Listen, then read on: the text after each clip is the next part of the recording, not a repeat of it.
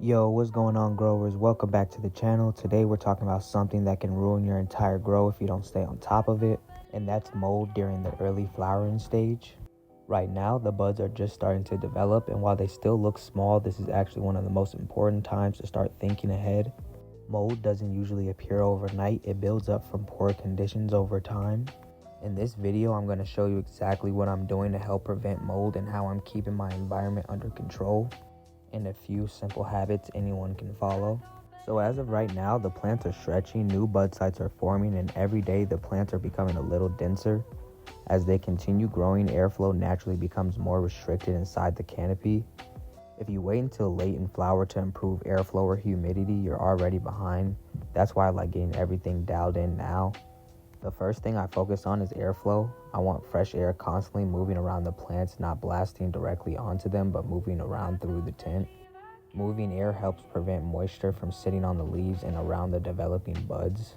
It also helps keep the temperature more even throughout the growth space. You don't need a hurricane force of winds, you just want a gentle, consistent air movement. Controlling humidity. Humidity is another huge factor during the flower, and I try to keep humidity lower than I did during vegetative growth. The exact number depends on your setup, but I don't want humidity climbing too high for long periods. High humidity combined with poor airflow creates a perfect environment for mold to develop late in flower. One thing that's made this easier for me is using the Spider Farmer GGS Smart Ecosystem. Instead of constantly checking on everything myself throughout the day, the controller helps automate my environment. It can adjust the connected equipment based on the settings I've chosen, helping maintain a more stable grow environment while I'm busy or away. I still check on my plants every day because nothing replaces actually looking at them, but having the environment stay consistent gives me an extra confidence that things aren't swinging all over the place. Consistency is one of the biggest advantages, keeping the canopy healthy. Another thing I like to pay attention to is the canopy itself. As these plants continue growing, I make sure the leaves aren't peeling up so much so the air can move throughout the middle instead of getting trapped. A lot of people think you have to remove a ton of leaves, but that's not really what I'm trying to do. My goal is just to create enough space for fresh air to circulate around the branches and developing buds. As these buds continue to get bigger over the next few weeks, that airflow becomes much even more important. Another thing I pay attention to is how I'm watering. If you're constantly overwatering your plants, you're also adding extra moisture into your grow environment. I like to let my plants tell me when they're ready instead of watering on a strict schedule. I'll check the leaves and the weight of the pot and the overall condition of the plant before deciding it's time to water again. By waiting until the plants actually need water, I'm helping the roots stay healthier while also avoiding unnecessary humidity spikes inside the tent. Every time you water, moisture is released back into the air as the soil dries and the plant transpires. If you water too often, that extra moisture can keep your humidity elevated for longer than you like, especially during the flowering stage when controlling your environment becomes more important. Healthy roots are the foundation of a healthy plant. When the roots have access to both water and oxygen, they can absorb nutrients more efficiently and continue supporting strong growth. Constantly keeping the growing medium soaked can reduce the amount of oxygen around the roots, which isn't ideal for a healthy root development.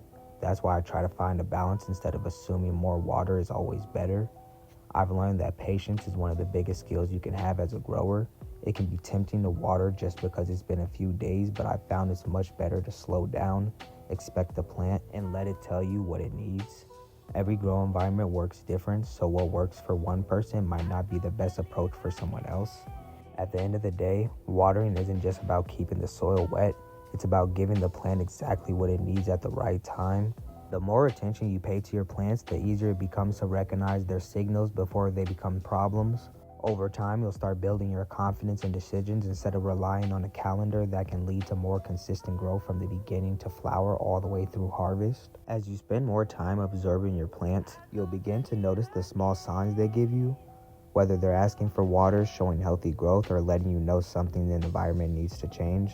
Those little observations become more valuable than simply following a set number of days between waterings. Every grow is different. The temperature can change, humidity can change, the plants can drink more than one week than the next, and that's completely normal.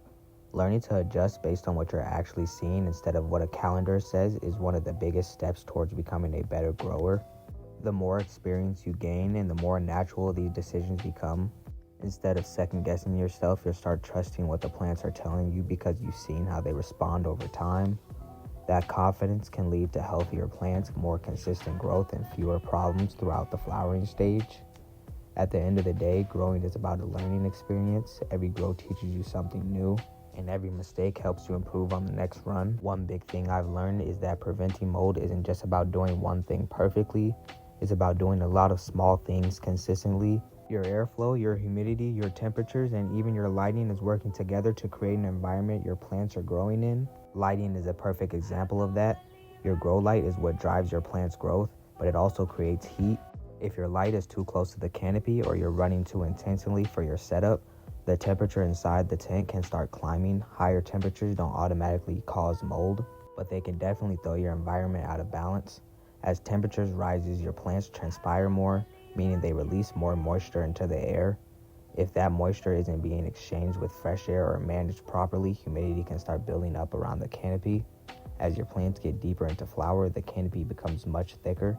More leaves begin overlapping, branches are filling out, and the developing buds create areas where air doesn't move as easily. Those small pockets of trapped humid air is exactly what I try to avoid.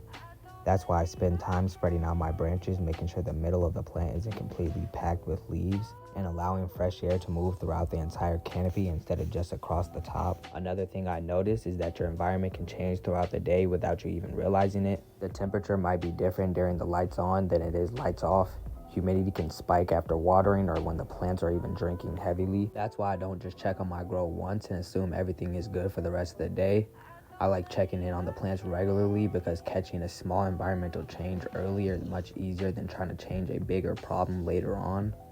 Different strains can grow differently, drink water at different rates, and fill out their canopy in different ways. Instead of copying exactly what someone else is doing, I think it's more important to understand why you're making each decision and adjust it to fit your own environment. The biggest lesson for me has been staying proactive instead of reactive. I don't want to wait until I see the mold, drooping leaves, or signs of stress before making changes. I'd rather spend a few extra minutes every day checking in on my plants, monitoring the environment, and making small adjustments for those little issues that have a chance to turn into bigger ones. At the same time, it's important to remember that more airflow isn't always better. While airflow is one of the best ways to reduce risk of mold, there's definitely a point where too much direct airflow can become stressful for the plants. The goal isn't to blast your canopy with wind, it's to keep fresh air constantly moving throughout the tent. I want the air flowing around the plants through the canopy underneath the leaves without creating a constant stream that's hitting the same branches and buds all day long. If your plants are barely moving back and forth, that's usually a much better sign than having them constantly shaking with a powerful fan. During the early flower, white pistils are some of the most delicate parts of the plant because they're just beginning to develop. Strong direct airflow aimed at the same buds for long periods can dry those pistils out and cause them to turn brown, or they can shrivel earlier on than they naturally would. While pistils naturally darken as the flowers mature, having them change prematurely because of consistent wind can make it more difficult to judge how your flowers are actually progressing. Another thing to think about is the excessive airflow that can increase how quickly the plant loses its moisture. If the leaves are constantly being hit by a strong wind, the plants may transpire more rapidly, meaning it's releasing water into the air faster. That isn't always a bad thing, but your environment isn't always balanced. It can add another layer of stress that the plant has to deal with while it's trying to focus on building flowers. That's why I like finding the balance instead of assuming stronger is better. I want enough airflow to keep the fresh air moving through every part of the canopy, but not so much that the plants look like they're being pushed around by the wind. Healthy airflow should almost go unnoticed. You should see a little gentle moving rather than the entire plant constantly bending over. As the buds continue getting bigger over the next several weeks, maintaining that balance becomes even more important. Dense flowers naturally trap more humidity than small ones, so keeping a gentle circulation around them can help reduce stagnant pockets of air without putting unnecessary stress on the developing buds. To me, including the Spider Farmer GGS controller, that's what good environmental management is all about. It's not about running every piece of equipment at the highest setting, it's about finding the sweet spot where your plants are comfortable. If you're new to the channel, go ahead, check out my equipment. Code CASHUP123, get you a discount at checkout with Spider Farmer equipment. I wanted to take a moment to thank everyone for the support. Thanks for 29K subscribers. The journey is definitely getting longer. Stay tuned for all the updates, and we're going to get right back into this video. Now let's talk about what happens if you actually find mold on one of your plants. The first thing I want to say is don't panic. Finding mold doesn't automatically mean your entire grow is ruined, but it is something you want to take seriously and deal with as soon as possible. The faster you catch it, the better chance you have of preventing it from spreading to the rest of your grow. The first thing you should do is avoid handling affected buds more than necessary. Mold spreads through microspores, and every time you squeeze, shake, and move an affected flower around, there's a chance those spores can become more airborne and land somewhere else in your tent. That's why I like to inspect the area carefully before doing anything else. If you notice a bud looks discolored, feels unusually soft, or has white, gray, or fuzzy growth that wasn't there before, take a closer look before assuming it's nothing. One thing a lot of growers don't realize is that bud rot often starts from the inside of the flower. From the outside, everything might look perfectly healthy, but once you gently spread the bud, you could find brown, mushy plant material hidden inside. That's why simply glazing at your plants every day isn't always enough. Every once in a while, it's worth taking a closer look at your larger buds, especially once they come swelling in the flower later. If you do confirm that it's mold, the safest approach is usually to remove the affected bud as carefully as possible. I personally would throw the whole plant away, but the safe way, I would use a clean pair of pruning shears or scissors and cut below the affected area, giving yourself a little extra room rather than trying to save every last piece of the flower. It can be disappointing to remove the part of your harvest, but losing one bud is much better than risking the entire plant. After removing the affected material, don't leave it sitting next to your grow tent. Seal it in a bag, throw it away so those spores don't hang around the grow space. The next step is figuring out why mold showed up in the first place, and if you don't solve it, there's a good chance you'll see mold again.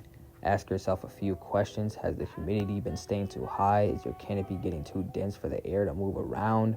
Have you been watering more often than necessary? Is the exhaust system exchanging air enough? It's a couple of issues that could be adding up with over time. Every grow will teach you something valuable, and every challenge helps you become a more experienced grower over the time. But also, once you've made those adjustments, don't assume the problem is gone. Continue checking on your plants every day, especially the buds closest to where the plant was found. Look underneath the large fan leaves, expect the dense flowers, and keep paying attention to the environmental conditions. The earlier you notice anything unusual, the easier it is to take action before it becomes a big problem. The biggest lesson I've learned is the mold prevention starts long before you see the mold.